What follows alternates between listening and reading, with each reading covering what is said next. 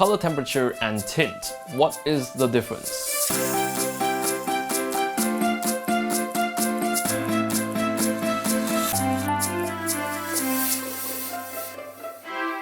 Now, color temperature and tint are both subsets of white balance. There's two elements or two axes to white balance. There's the blue and amber spectrum, the color temperature, and there's the tint, the green and magenta spectrum.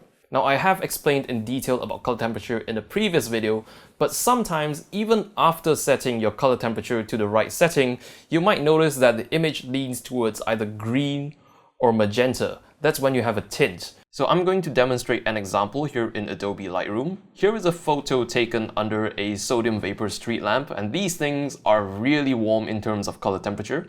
So these go at about 2000 degrees Kelvin if you were to balance out the color temperature.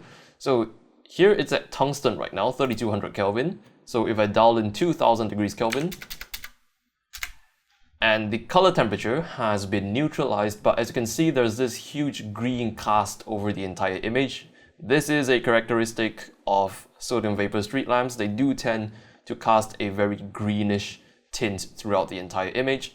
So what I need to do to counter that green is to move my tint slider towards magenta. So I'm going to dial it up. Now that looks too much to me. The whole image looks pinkish, too much magenta, so I'm going to dial that back. And plus 15 looks about right, and that looks quite neutral to me. So that's how both color temperature and tints go hand in hand to give you a neutral color tone in your image. Now, if you shoot under natural light, then most probably you won't run into any issues with shifts in tint.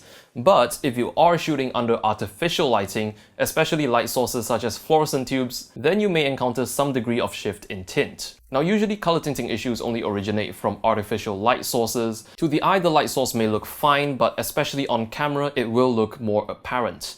Sometimes tint shifts can even be caused by the lens itself coloring the light as it passes through. Luckily, most cameras have a white balance shift function for you to compensate for that shift in tint. So that's pretty much it for color temperature versus tint. One goes from blue to amber, one goes from green to magenta. So that's pretty much it for today, everybody. If you have any questions or any comments, just leave them down in the comment section below.